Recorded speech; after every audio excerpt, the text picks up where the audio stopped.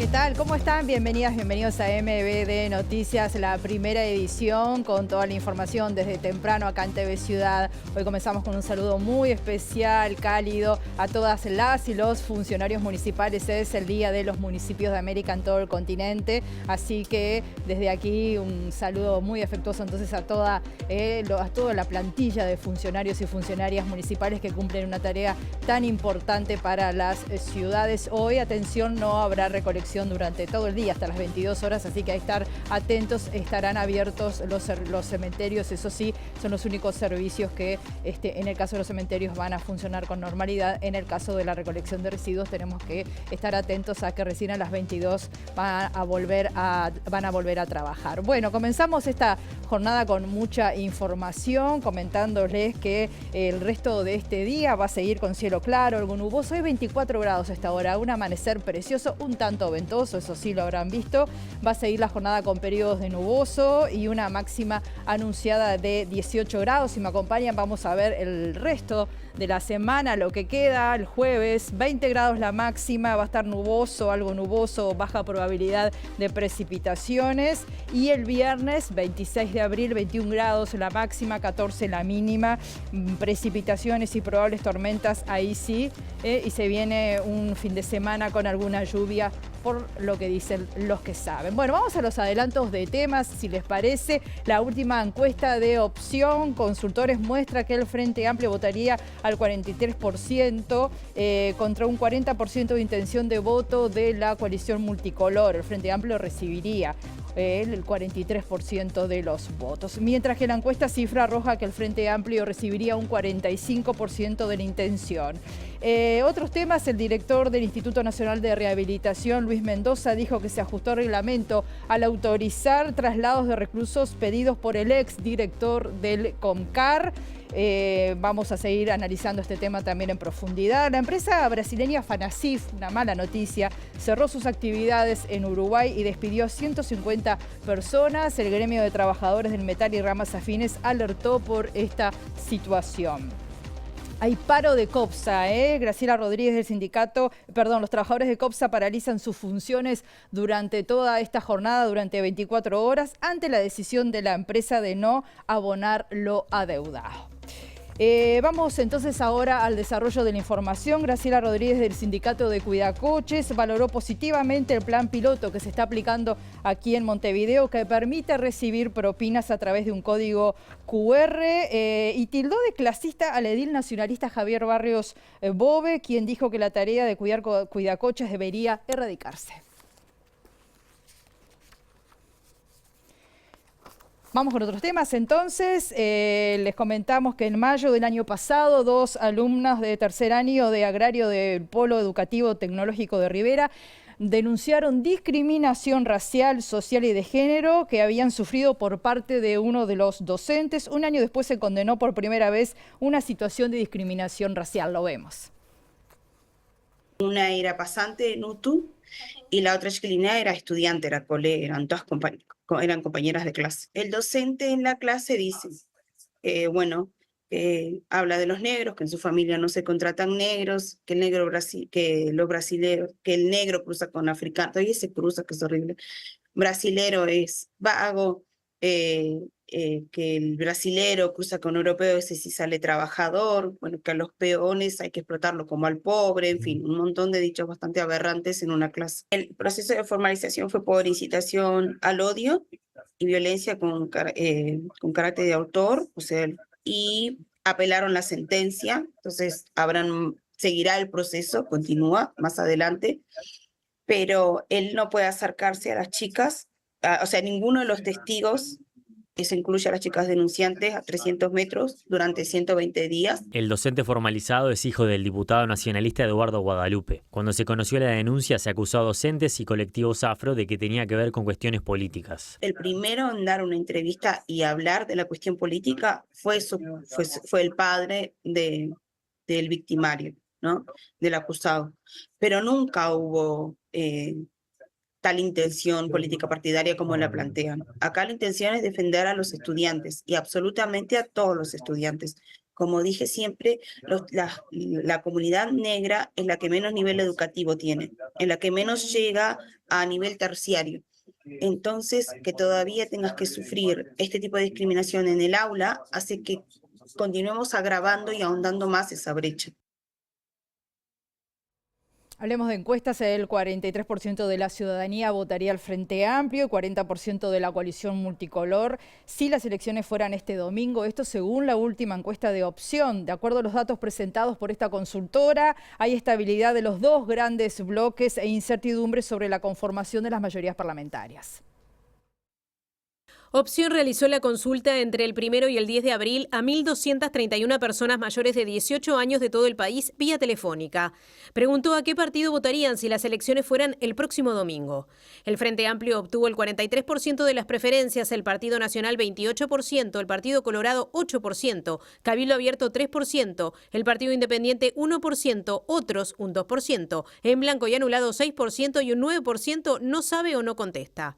El Frente Amplio obtendría el 43% y la suma de los partidos de la coalición 40%. Dentro de la coalición de gobierno, el Partido Nacional tendría el 28% de la intención de voto, un 8% el Partido Colorado, 3% Cabildo Abierto y 1% el Partido Independiente. Opción plantea además dos posibles escenarios.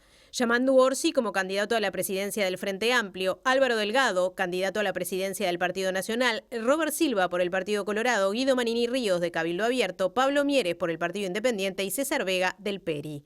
En ese caso ambos bloques empatan en un 44%. El Frente Amplio sube un punto, el Partido Nacional se mantiene en 28%, los colorados bajan 3 de 8 a 5%, pero Cabildo Abierto sube 5 puntos, el Partido Independiente también sube 2 puntos. Se observa que el potencial electoral de Cabildo Abierto y el Partido Independiente mejora cuando se incorporan sus candidatos. El segundo escenario mantuvo a los candidatos del Partido Nacional, Independiente, Cabildo Abierto y PERI, pero en el caso del Frente Amplio consultó por Carolina Cose como candidata Frente Amplista y Andrés Ojeda como candidato colorado. En ese caso, la coalición llegaría a 47% de los votos y superaría por 6 puntos al Frente Amplio, que alcanzaría un 41% de intención de voto. El Frente Amplio baja 3 puntos con Cose como candidata con respecto a Orsi. El Partido Nacional sube 2 puntos y llega a 30%.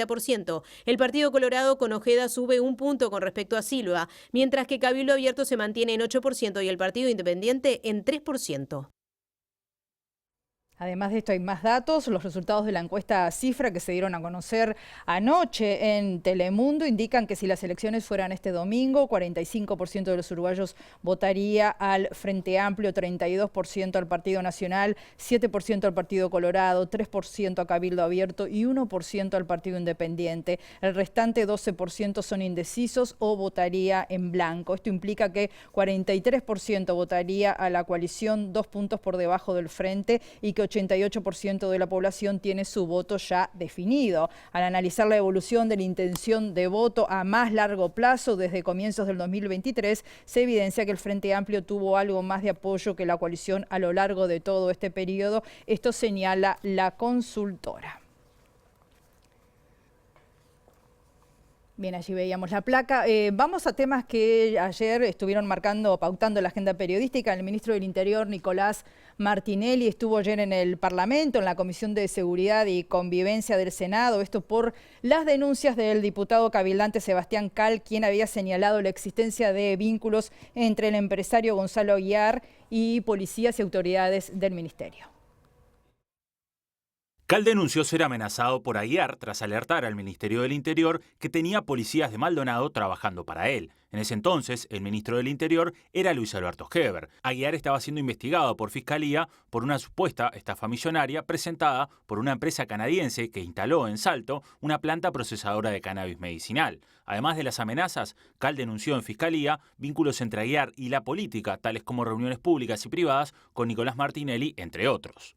Se constató que esta denuncia era real, porque se inició una investigación administrativa y a renglón seguido se produjo un sumario que obviamente no puede revelar el ministro porque está en etapa de sumario, pero efectivamente entendemos que se configuró la denuncia del diputado Cal, se comprobó. La comisión resolvió, por un tema formal, le corresponde al Pleno del Senado enviar estas actas a Fiscalía, por lo cual en la próxima sesión del Senado, el 7 de mayo, vamos a levantar el secreto de las actas y a enviar en forma simultánea a Fiscalía de Maldonado, que nos requirió las actas, la información que surge de las mismas, y luego esto va a continuar en la justicia. Bien, y el ex senador del Partido Nacional, el senador y ex ministro del Interior, Luis Alberto Heber, confirmó que hubo policías en actividad que trabajaron para el empresario Aguiar, quienes seguramente sean destituidos. No me denunció amenazas, me denunció insultos. Cuando en el Ministerio del Interior tenemos tantos problemas, recibir a un diputado que dice que un empresario lo insultó, no me parece un tema que tuviéramos que ocuparnos en su momento. Sí, la otra instancia que trajo Cal, el diputado Cal, que era que había policías que en forma irregular estaban actuando como guardias de seguridad de un empresario. Eso no hizo la denuncia del diputado Cal, pero sí la había hecho el sindicato, 6 meses antes que yo recibiera al diputado Cal. Se hizo la investigación está en curso y está terminando con separación del cargo de algunos policías. El diputado Cal no sabía eso y no sabe eso hasta el día de hoy. Él hizo una denuncia en la Comisión de Seguridad, la Comisión de Seguridad lo atendió, se aclararon los temas. No hay, es raro que sea oficialista, porque si viene en la oposición... Sí, es raro. Otro tema entreverado, el director del Instituto Nacional de Rehabilitación, Luis Mendoza, se hizo responsable ante el Parlamento de autorizar los traslados de reclusos pedidos por Darwin Taroco. Sin embargo, dio a entender que lo hizo sin conocer la verdadera intención del exdirector del CONCAR, que, recuerden ustedes, fue condenado por participar en la investigación ilegal que se hizo contra víctimas del ex senador del Partido Nacional, Gustavo Penades. Todos los directores solicitan, y está en el reglamento, por X motivos traslado. Yo autorizo fundadamente y la Junta Nacional avala el traslado. En este caso no se puede investigar porque está a nivel y tiene la reserva el caso de la justicia y la fiscalía. Pero si Taroco trasladaba gente para amedrentar, ¿le mintió a usted y por eso autorizó el traslado? ¿Con qué argumento autorizó el traslado de una persona que estaba siendo víctima de una especie de amenaza? Son versiones de prensa que la respeto, pero hasta que la justicia no disponga, nosotros no podemos investigar a qué se refiere. Pero usted sabía qué personas iban adentro, o sea, qué personas eran trasladadas, usted lo sabía. Siempre nosotros sabemos con resolución fundada, yo estudio y en este caso no puedo investigar a qué se refiere de Taroco, porque le repito de nuevo, está a disposición de la justicia. Usted lo autorizó. Todo pasa por mi firma. O sea que si no solo Taroco hizo lo que hizo, tenía su aval en definitiva. No tenía mi aval. Nosotros hacemos traslados, yo no sé a qué se refiere cuando Taroco habló en la justicia, en la fiscalía, eso no fue transmitido a mí, por eso Taroco habló y yo no sé a quién se refiere. Bien, vamos a un tema muy delicado y es la cifra de suicidios que se está dando en la familia policial. En 4 meses, 6 policías se quitaron la vida. Esto, según se supo, se debe a la falta de contención por parte de la institución. Esto lo denuncia el presidente del Sindicato de Policías Agremiados Canarios, Rudeber Buela.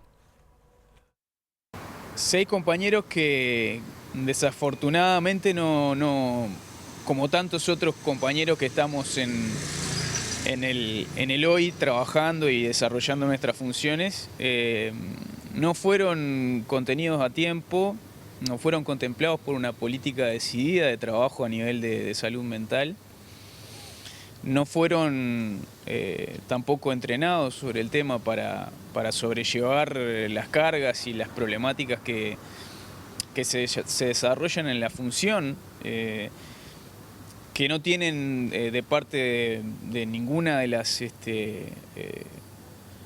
áreas de representación autóctonas del Ministerio del Interior ningún tipo de discurso acerca del tema. Sobre todo esto reina un silencio muy verdaderamente complejo que nos está resultando muy difícil de romper y que por sobre todas las cosas nos habla de un tiempo perdido riquísimo y de una de pérdidas irreparables para la institución, ¿no? Y evidentemente para las familias y los círculos sociales de que formaban parte estos compañeros, ¿verdad?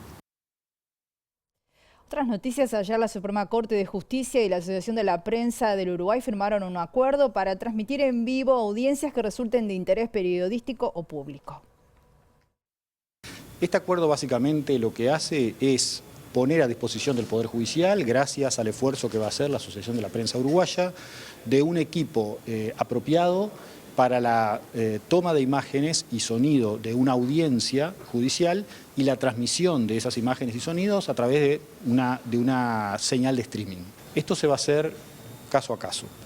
El convenio es un marco. Significa que lo que necesitamos ahora es determinar cuáles de todas las múltiples audiencias que diariamente se hacen en nuestro país van a ser transmitidas por esta vía. Por supuesto, se trata de recursos limitados, por eso vamos a hacer una selección. La selección se basa fundamentalmente en el interés público y en el interés que puedan tener los medios de prensa en acceder a determinadas audiencias. Desde APU resaltaron que este acuerdo eliminaría la posibilidad de que se niegue el acceso a periodistas a audiencias públicas por falta de espacio en los salones. En cada caso se va a negociar, vamos a decir, o a intercambiar entre ambas organizaciones. Creo que no va a haber dos lecturas, por lo general es muy difícil que algo que notoriamente es de interés público o periodístico amerite más de una mirada. Si es así, obviamente se llegará a un acuerdo por sí o por no, ¿verdad? Pero aspiramos a que eso sea fluido, ¿no? Las intendencias del Frente Amplio presentaron acciones ante la Suprema Corte de Justicia por lesión de la autonomía municipal por la norma en la rendición de cuentas que impide exigir el pago de multas de tránsito junto con el pago de la patente. No lo presentamos como inconstitucionalidad porque si no solo aplicaría a las intendencias que denunciamos. El otro procedimiento de salir favorable aplicaría a todo el país y bueno, es lo que hoy venimos a presentar entendiendo de que efectivamente pasó eso. Ya no es la primera vez que el Legislativo Nacional plantea situaciones que son propias de las intendencias y en este proceso estamos. Más allá del tema de la elección de la autonomía en términos jurídicos y en términos políticos, también lo que entendemos y analizamos como Frente Amplio que hay de alguna manera el mensaje que se está dando vinculado a la seguridad vial no está bueno. Si el problema hubiera sido discutir las recaudaciones, porque nunca falta quien diga, pero esto es porque quieren recaudar, no hubiéramos salido a plantearlo a principios de enero cuando estábamos en pleno proceso de cobro de las patentes. Entonces no va por ahí, sí va por el lado de la seguridad vial, sí va por el lado, yo digo, anécdotas de que nos plantearon hace un par de días alguien que planteó, bueno, yo no voy a pagar las multas porque primero no me las cobran junto con la patente, segundo hay un tiempo de prescripción, por lo tanto ese es el mensaje que nosotros queremos evitar que se dé, que haya libertades de alguna manera en términos de que en la vía pública no se puede hacer lo que se quiere y que lo que se pone en riesgo es la vida de la gente. El tema concreto es los radares. Y la verdad, la cantidad de gente que comete una o dos infracciones por radar, estamos hablando de arriba del 80-85%. Y estamos hablando de que entre 3 y 5 o 6 multas la cometen una cantidad mínima y mayor menos. Entonces, ¿qué mensaje estamos dando y para quién? El vecino y la vecina que normalmente circula no solo comete una infracción de tránsito, muchos no las cometen. Por lo tanto, es parte también del debate. Hablemos de lavado de activos. El secretario antilavados, el doctor Jorge Chediaca, aseguró que aumentaron las sanciones de su dependencia a profesionales que omitieron reportar operaciones sospechosas de lavado. El 90% o más de los reportes de operaciones sospechosas se realizan en el sistema bancario. Y el 10% restante, en general, lo hace el sistema no financiero, que es el que supervisa directamente la Senaclaf. El sistema financiero lo supervisa el Banco Central a través de su IAF, Unidad de Información y Análisis Financiero, y los 14.000 sujetos obligados no financieros los supervisamos nosotros en la Senaclaf. Tratamos de que se mejore el número de reportes de operaciones sospechosas, año con año se trabaja, se hace pedagogía, se hacen inspecciones, se sanciona a quienes no han realizado las debidas diligencias que hubieran ameritado quizás reportes de operaciones sospechosas, y esos números de las sanciones, lo hemos señalado porque alguien lo ha cuestionado, han sido consistentemente más altos los 4 años de esta administración de lo que solían ser en las administraciones anteriores. Bien, y vinculado con este tema, el precandidato presidencial del Frente Amplio, Yamandú Orsi, adelantó que de ser electo presidente va a derogar la posibilidad de realizar transacciones en efectivo por hasta $100.000 sin controles. Yo no salgo a rechazar y no me ofende por el solo hecho de que nos nombren por algo negativo. Me gustaría analizar bien dónde están nuestras fallas. Algunas, por ejemplo, se las dimos servidas en bandeja, ese tipo de comentarios, ¿no? Cuando aumentamos la cantidad de efectivo que se puede utilizar para las transacciones a $100.000, ahí ya ofrecimos un changüí que me parece que también nosotros le damos pasta a la fiera. ¿Si el gobierno va a cambiar esa situación? Por supuesto. Eso es.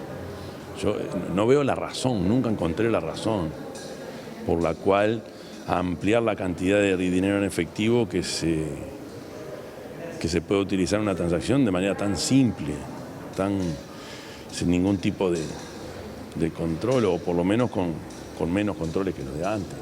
Yo creo que la limitante o los frenos a ese tipo de operaciones ayudan. No lo elimina todo tampoco, ¿no? Pero como te decía, también facilitamos que se nos vea de esa forma, ¿no? Fue una de... Bien, en tiendas del Partido Colorado, el precandidato Andrés Ojeda negó haber realizado un acuerdo económico con el diputado Gustavo Zubia, quien recientemente le dio su apoyo. No hubo un acuerdo económico. Obviamente nosotros lo que le dijimos es que en la medida que va a estar en nuestra campaña y colaborando, nosotros parte de la publicidad que está en la vuelta podemos tener parte para que él la pueda usar, ¿tá? Pero nadie le pagó nada a Zubia. Quiero ser bien claro. Y quien diga lo contrario va a tener que probarlo. Quien haga un comentario de esta magnitud lo tiene que probar. Entonces yo lo niego enfáticamente porque no es verdad. Así que bueno, por suerte creo que el objeto de su vida es acceder al Senado y creo que este acuerdo a él lo ayuda a llegar al Senado. Y ahí está la explicación del acuerdo. Otros comentarios es que Julio Sanguinetti está financiando la campaña suya también. Se ha dicho muchas cosas y esto la verdad que el nivel de delirio es muy alto. Pero de todas maneras, lo que sí digo es, yo estoy haciendo un discurso muy enfático en pro de la unidad, justamente por esto que tú decís. Pensemos en el día después. Este partido está en reconstrucción. No podemos llegar al 1 de julio con heridas. Yo hoy posteaba un texto de Martín Fierro que creo que viene al caso. Los hermanos sean unidos, esa es la ley primera, porque nosotros sí corremos el riesgo de que nos coman los de afuera.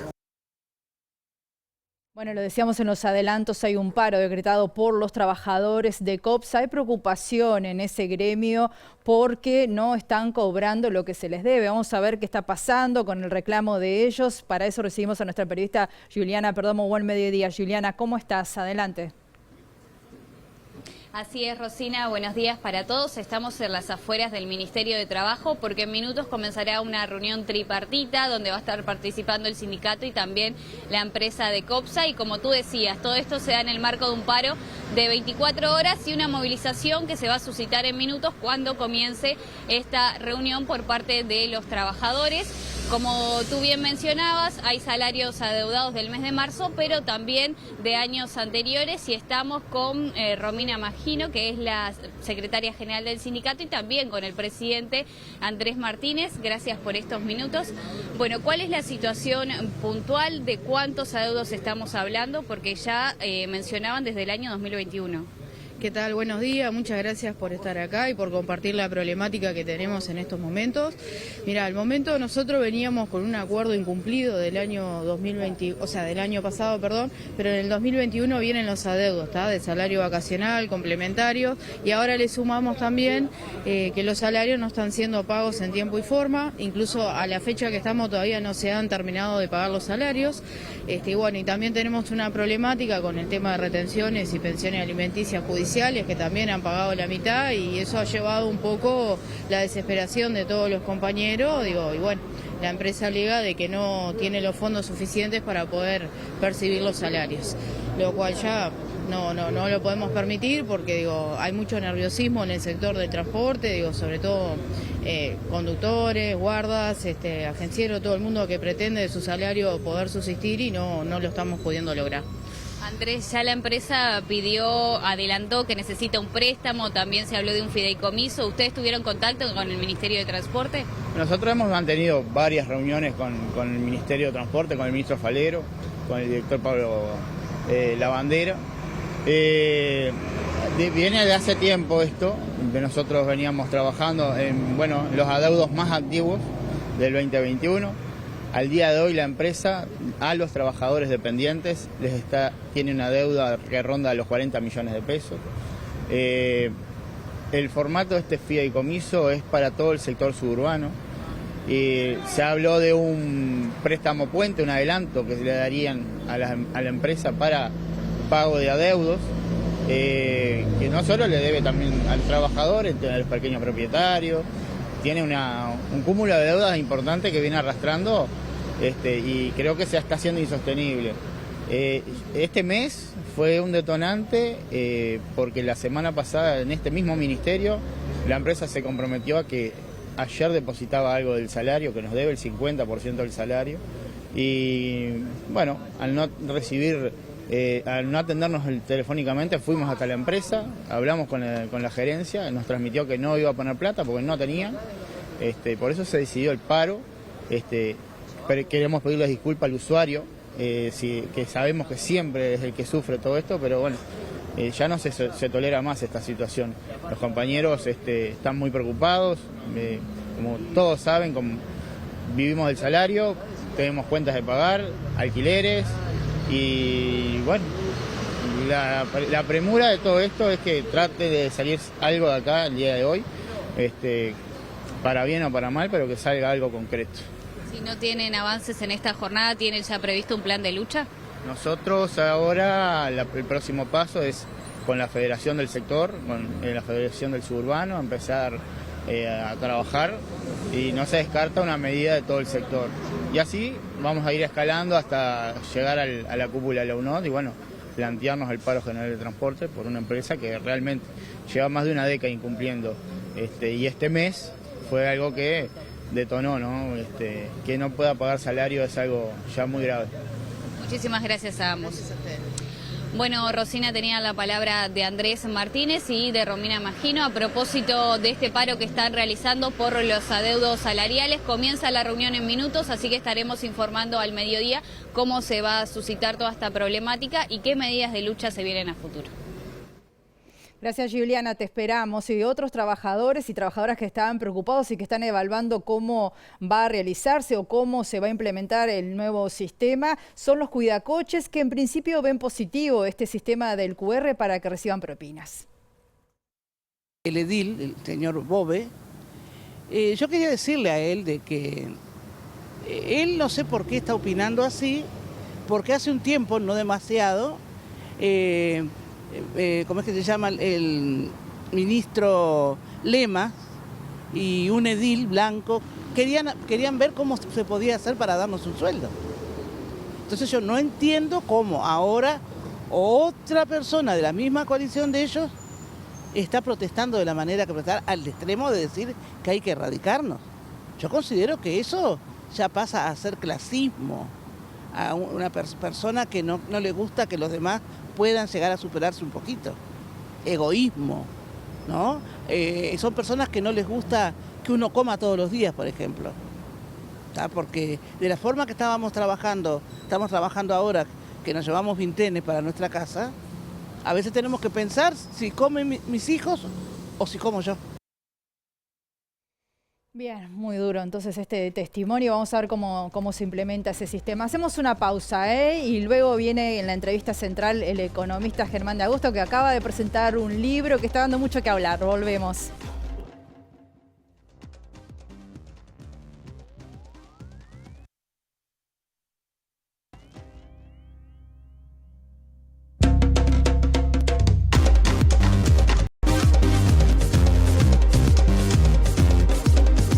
Estamos recibiendo a un compañero de la casa, un columnista de MBD Noticias. Hablamos de Germán de Agosto, que es licenciado en Economía por la Universidad de la República. Actualmente se desempeña como docente, director de la carrera de Economía de la Universidad Católica, director del proyecto Etcétera, editor del suplemento de Economía de la Diaria y además columnista en Radio del Sol en Fácil Desviarse. ¿Cómo estás? ¿Cómo estás? ¿Todo bien? Bienvenido, Muchísimas Germán. Gracias. Bueno, felicitaciones por este libro. Hace desde el jueves que estamos todos así atentos a este libro precioso que se llama Leones y Corderos, una historia personal del pensamiento económico. Ahora vamos a compartir la tapa más adelante y le voy a pedir a Pablo comenzar con una imagen que le pedimos, que es este cuadro, ¿verdad? El cuadro de Hopper, noctámbulos, que de alguna forma fue el disparador de todo esto. ¿Por qué, Germán? ¿Con qué resortes internos te hizo encontrar esto cuando lo viste?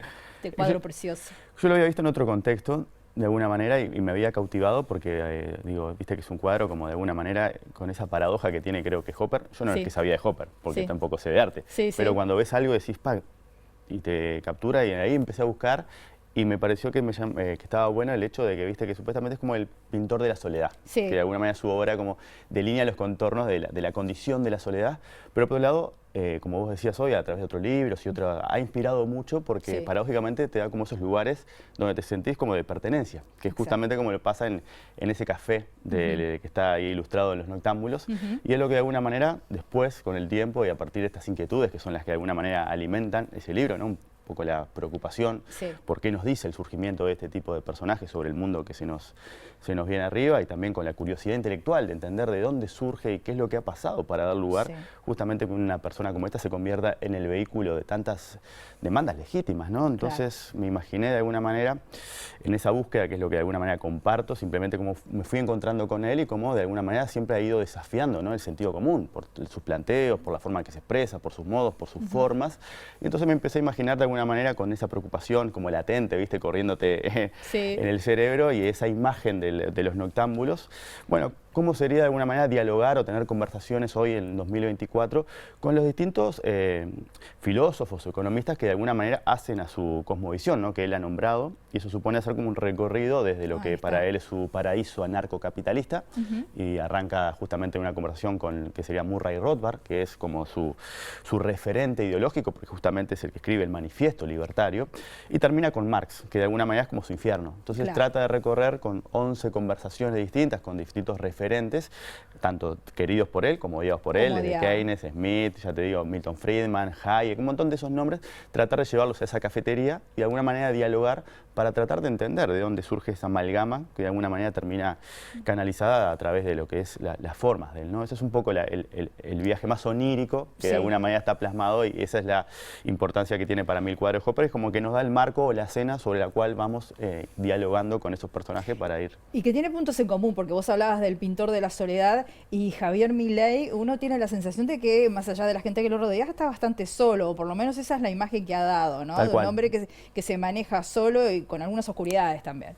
Yo creo que parte de ahí viene, ¿no?, la preocupación y el tratar de entender, ¿no?, como de una persona que en distintos planos uno puede llegar a abordarlos desde ese lugar, ¿no? Todo lo que vos mencionás y otros rasgos que hemos mencionado, como la intolerancia, el dogmatismo, ¿no? Cosas que de alguna manera son contrarias a lo que él promueve, que es lo que sería la doctrina liberal. Entonces, de alguna manera, cuando haces toda esa combinación y le pones esa otra capa más personal que vos mencionás, claro, te queda como lo que sería, viste, esa frase de Gramsci de alguna manera, que en el claro oscuro que surge entre el mundo viejo que se muere y el mundo nuevo que tarda en aparecer, surgen estas criaturas.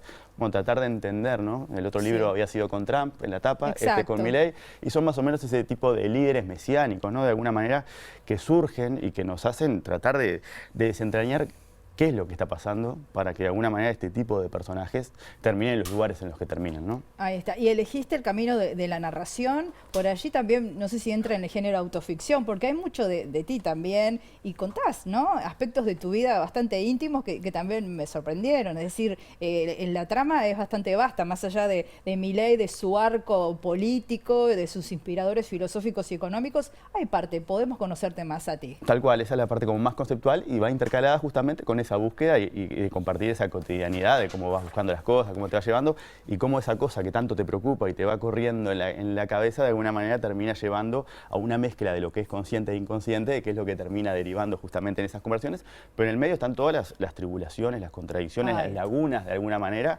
que hacen a la vida cotidiana, y yo no sabía que era género autoficción hasta que Luis Mardones, que presentó el libro, me dijo, esto es autoficción. Yo lo había contado como en primera persona, como un diario, ¿viste? Como un diario íntimo donde iba haciendo registro de esta investigación, de esa moda particular, y donde también lo utilicé como ejercicio terapéutico, en el sentido de alguna manera de poner ahí un montón de otras cosas que me inquietan y que de alguna manera son las que alimentan el libro, ¿no? Esa preocupación de cuando empezás a ser atravesado por cuestiones más vinculadas, por ejemplo, la paternidad, que es un tema que, ¿no?, como que cambiás el horizonte en el cual pensás, ¿no? Yo antes pensaba como más corto plazo, y cuando entran estas ideas a la cabeza de uno, o estos dilemas, o este tipo de cuestiones, como decís, bueno, vamos a pensar más décadas hacia adelante porque de alguna manera ya vas pensando intergeneracionalmente. Entonces, tratar de entender eso y justamente contrastarlo con esas tribulaciones, en particular el uso del tiempo, ¿no? Es el recurso finito que tenemos y, digo, de alguna manera hoy estoy acá y no estoy durmiendo, ¿no? Y vos lo mismo. Entonces, cada vez que hacemos una cosa, implícitamente estamos renunciando a hacer otra cosa, ¿no? Y cada vez que escribís un libro, tenés un montón de tiempo que volcás a eso y que es el mismo tiempo que no puedes volcar hacia la familia, hacia los amigos, hacia la pareja. Entonces, ese tipo de contradicciones, ¿no? La vida, el trabajo, que está muy presente también ahora con la discusión sobre la jornada de menos horas en la semana y ese tipo de cosas, donde uno a veces está como en modo piloto automático, ¿viste? Como autoexplotado, que decís... Y eso te genera un montón de contradicciones porque de alguna manera...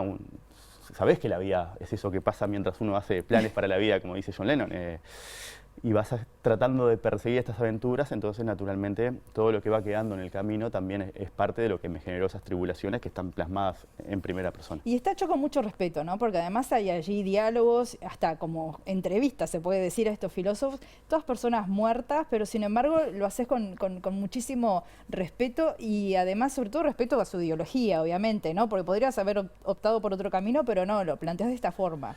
Sí, la clave en la que yo me aproximo a la conversación, ya sea de un asado o a la lectura o al intercambio, es siempre dos principios básicamente. Sí. Siempre tratar de entender a mi interlocutor en sus mejores luces y siempre asumir que es igual o más capaz que yo. Esas son como las dos claves que tengo para interactuar. Y entonces dije, bueno, ¿por qué no llevarlas también a la clave de escritura? Entonces tratar de entender personajes con los que crepo absolutamente, porque después porque el arranque justamente es anarco de capitalismo, pero tratar de entenderlos de alguna manera bajo un terreno nivelado, porque aparte están muertos y no pueden defenderse. Entonces, de alguna manera es tratar de entenderlos a sus mejores luces, porque dicen que ninguna doctrina puede entenderse si no es justamente interpretándola en sus mejores luces y con esa clave de alguna manera de la tolerancia, de decir, bueno, estamos intercambiando ideas, ¿sí? Y despojados de alguna manera de lo que pueden ser preconcepciones, convenceme. En el sentido, o sea, participemos de este intercambio. Si me convences, bueno, de alguna manera será por algo. Y si no, yo pude fortalecer mis propios argumentos. No es como poner a prueba lo que uno va pensando y ese es como ese ejercicio que de alguna manera está el 99% del libro despojado de mi visión, porque justamente presentarlo sin ningún tipo, pero con ese cierre al final donde, bueno, uno también tiene que tomar postura, ¿no? Sí, entonces al final, pero eso al final justamente para no ir contaminando esas conversaciones que de alguna manera te obligan a meterte en la cabeza de personajes con los cuales yo discrepo profundamente, tengo una visión diametralmente opuesta del mundo, pero eso es un poco la clave de escritura, que es mi clave de lectura. Claro, Germán, y bueno, y nos encontramos con las palabras de Milei, ¿no? Con el concepto de libertad tan amplio, libertario, libertad. Ahora estaba leyendo que el presidente Lacalle hoy va a estar en un foro sobre la libertad, donde va a estar él también, Milei, en Buenos Aires, un foro de empresarios. ¿Cómo la entiende la libertad, Milei, ahora que lo vemos de presidente y vemos tantas restricciones, ¿no? A nivel de presupuesto, pero también de libertades individuales? ¿Cómo lo podemos entender? Y bueno, ahí hay un filósofo que se llama Isaiah Berlin, que de alguna manera hay un ensayo muy famoso de él que parte diciendo, bueno, en la historia hay más de 200 acepciones documentadas de la libertad. Claro. Lo que supone que la libertad no es nada, ¿no? Porque es tanto que al final no es nada, ¿no? Entonces él dice, vamos a separar y le ordenamos todas estas concepciones en dos sentidos distintos, ¿sí? Hay un sentido negativo de la libertad, entendida como la libertad de la coacción, ¿sí? Es decir, yo tengo un radio privado de acción que está vedado para el Estado, que está vedado para un tercero, donde yo justamente no tengo ningún tipo de coacción, ¿sí? Entonces soy libre de. Claro. Esa es la libertad en el sentido negativo, en el sentido libertario, ¿sí? Cuanto menos me estorbe el Estado, ¿sí? Más libre soy. Pero hay un sentido que para mí es más relevante y que es la preocupación también rescatar el sentido positivo de la libertad, entendida como la libertad que es la segunda acepción que propone este filósofo que dice, bueno, la libertad para poder tener un mínimo de injerencia sobre nuestro propio destino, la libertad para el autodominio, la libertad justamente que depende de lo que nos hace semejantes y no distintos. Entonces, esa tensión entre esas dos libertades, por ejemplo, para mí se plasma muy bien en una frase del diputado de La Libertad Avanza de la semana pasada, porque aparte de la realidad, viste, que te dan todos los días, te da un ejemplo distinto, o sea, podríamos seguir con ese libro, es libertad también es mandar a tu hijo al taller y no a la escuela, fue lo que dijo el diputado. Y ahí están esas dos libertades en tensión. Él habla de la libertad negativa, de que el Estado no venga y le diga, tenés que mandar a tu hijo a la escuela. Claro. Pero ahí no está pensando, o su actuación va en detrimento de la libertad positiva del niño, que si no va a la escuela y si no se educa, no va a contar con las herramientas Claro. para justamente poder tener un mínimo de control sobre su ciclo vital, sobre su destino y de alguna manera justamente no quedar atrapado en esas cúmulo de contingencias. Digo, nuestra vida es un cúmulo de contingencias, ¿no? Un conjunto de accidentes por el cual no debemos derivar ni mérito alguno y que de alguna manera hace que algunos nacemos afortunados y otros no. Y acá en mismo Montevideo, ¿no? Tenés barrios con 40 y pico % de pobreza, Sin duda. barrios con 0% de pobreza y de alguna manera nacer en uno u otro es una contingencia de la vida. Entonces parte de ese reconocimiento del contraste entre esas dos libertades, entendido siempre como que la libertad sin las condiciones materiales para ejercerla es una burla, ¿no? Digo, ¿qué es la libertad de prensa para un analfabeto? Entonces, de alguna manera, eso es lo que también se plantea ahí, ¿no? Salir un poco del concepto libertario de la libertad, que es ese concepto negativo asociado a la libertad de la coacción del Estado, y proponer justamente esta otra visión que de alguna manera va quedando rezagada porque, bueno, se apropia de esa forma de interpretar única la libertad, pero es en ese sentido negativo, ¿no? El Estado que no me diga que tengo que mandar a mi hijo a la escuela porque lo puedo mandar al taller, pero de vuelta, ahí estás atentando contra la libertad positiva de ese niño que va a crecer sin las herramientas que son necesarias para que pueda justamente tener un poco de control sobre su vida. Esa es un poco, me parece, la tensión entre la libertad negativa libertaria y la libertad más entendida en el sentido de poder desarrollar plenamente nuestras capacidades y eso naturalmente requiere condiciones materiales. ¿Sí? Bien, Germán, no es un libro de economía, ¿no? No, es un libro de economía. Bien. Es lo que decía Luis cuando le propuse que lo presente él, que me dijo, bueno, yo de economía no sé nada. Y dije, no es tanto un libro de economía como un libro de filosofía política. Y después me miró y dije, y no es tanto un libro de filosofía política como un delirio más de autoexploración personal. Entonces al final del día es como una mezcla rara, pero que de economía no tiene tanto.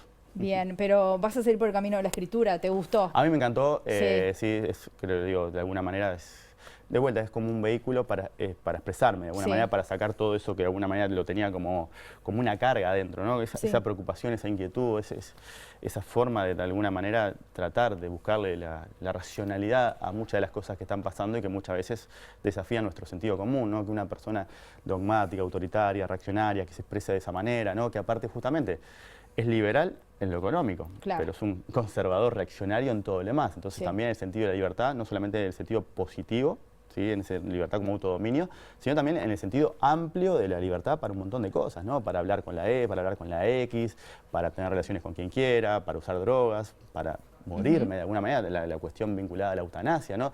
Todas las otras cuestiones que justamente entran en los dilemas cuando uno abre la capa más allá de lo que es la frontera económica. Eso también entiendo que es ser liberal, ¿no? No solamente un conservador que odia pagar impuestos. Eso es un poco también lo que en todos los días nos da un poco de material, ¿no? Es terrible, ¿no? Es terrible. Germán, para ir terminando, sos docente de primer año en la Facultad de Ciencias Económicas. ¿Qué te dicen los chiquilines, las chiquilinas del libro o de figuras como Milei? Y bueno, una de las motivaciones, cuando estaba pensando cuando uno miraba el cuadro y decía algo tengo que hacer con este cuadro, y fue justamente hace como 12 años que ya doy clase en primera facultad, y eso te permite como ir traqueando más o menos las inquietudes que tienen las personas cuando entran a la facultad. ¿Por qué entraste a estudiar economía, no? En su momento de la crisis de 2008, bueno, muchos uruguayos, supongo, yo era más chico, pero habrán entrado para entender la crisis 2001, ¿sí? Las distintas cosas que van atravesando la sociedad van generando distintas motivaciones para estudiar. Con los gurises lo que vas viendo es algunos rasgos salientes. Hace unos años eran las criptomonedas. Entrabas a la clase, estaban todos con el celular, pensaba que estaban chateando, pero no estaban intercambiando criptomonedas. Mira. Pero en los últimos años lo que se ve, y que también eso lo veo con preocupación un poco, que también es lo que está ahí, es que vienen con, vos preguntás, ¿qué es el Producto Interno Bruto? Nadie sabe. ¿Qué es la inflación? Y está bien, porque es la primera clase del primer año, del primer semestre de la facultad. Pero preguntás, ¿qué es el anarcocapitalismo? Y ya te levantan la mano y ya empiezan. Y eso es excelente de alguna manera, porque de alguna manera lo que hay ahí es una exploración de lo que es la historia del pensamiento, la historia de las ideas, tratar de entender cómo distintas ideas, distintas concepciones en torno a los temas centrales de Estado-Mercado de alguna manera van permeando y van generando la inquietud para los gurises se vuelquen hacia el estudio de la economía, pero también lo que ves es una repetición acrítica de las formas, ¿no? Esa intolerancia que de alguna manera emana de este personaje es lo que en definitiva termina caracterizando esa aproximación. Lo ven en YouTube, lo ven en TikTok y terminan repitiendo cosas que cuando vos las escuchás para escucharlas de gente que tiene 18, 19 años, de alguna manera te llaman la atención. Llama la atención, porque claro. esto no debería de reflejar los problemas uruguayos, porque los problemas uruguayos no son los problemas argentinos. ¿Por qué encontrás en Uruguay que una figura con sus formas y sus maneras de alguna manera puede representar las inquietudes o las preocupaciones o las frustraciones que vos tenés viviendo en otro país que tiene otras condiciones de alguna manera? Sí. Eso es un poco lo que ves, ¿no? Es como una repetición acrítica de las formas, que es la preocupación, porque de alguna manera estamos discutiendo sobre los temas centrales, ¿no? Si entendemos a la sociedad como una asociación cooperativa, de la que de alguna manera obtenemos beneficios y tenemos cargas, ¿no? Claro. De alguna manera, cómo solucionamos el reparto de esas cargas y esos beneficios es sumamente complejo. Es determinar un pacto social. Entonces, si hay algo más complejo que eso, creo que no, porque justamente no despertaríamos muertos de hace 300 años para seguir entendiéndolo. Si hubiera una solución que hayamos encontrado para decir, bueno, para la sociedad uruguaya, dada su combinación de características, será 60% Estado, 40% mercado. Para la sociedad argentina no hay una fórmula. Entonces, por eso seguimos recurrentemente volviendo a repasar y abordar temas como la libertad, la justicia y otro conjunto de cosas, porque de alguna manera no está esa solución. Y si no hay una solución a esos problemas, lo peor que podemos hacer es aproximarnos al tema con las formas que tiene él, porque justamente la complejidad que tiene esa discusión de lo que es un pacto social no puede darse en el marco no civilizado, bajo los parámetros de convivencia totalmente distorsionados, ¿sí? Y bajo esa óptica y prisma tan reaccionario, tan intolerante, ¿no? De alguna manera nada bueno puede salir, dado el cúmulo de desafíos complejos que tiene el mundo por delante, un mundo que se está fragmentando, un mundo que está en el marco de una disputa hegemónica entre China y Estados Unidos, un mundo atravesado por la revolución tecnológica, un mundo atravesado por las redes sociales. Vamos a ver cómo se despliegan las redes sociales ahora en el marco de la campaña, pero nada pinta que sea todo. No va a ser sencillo. Tenemos un desafío ambiental, o sea, tenemos un conjunto de transformaciones que de alguna manera nos desafían y son extremadamente complejas porque ocurren todas juntas y nos aproximamos a estos grandes problemas de esa forma. Esa es un poco la preocupación y la inquietud por cómo estamos dando los debates, cómo intercambiamos, ¿no? Cómo contraponemos tu visión con la mía. No tenemos por qué coincidir en nuestras visiones, pero tenemos que encontrar una forma civilizatoria de por lo menos dirimir, no evitando la confrontación, siempre la va a haber, porque justamente todos tenemos cosmovisiones distintas, pero sí, por eso me parecía importante la clave de tratar de entender al otro en sus mejores luces y no en definitiva contraponer las dos peores o las tres peores versiones de lo que anda en la vuelta, porque eso en definitiva es lo que termina llevando al descrimiento sobre la democracia como instrumento para mejorar la calidad de vida de las personas, sobre las instituciones democráticas, sobre la forma en que de alguna manera nos aproximamos a la prensa, un montón de otras cosas que de alguna manera Milei todos los tiempos nos da ejemplos de que eso hoy está completamente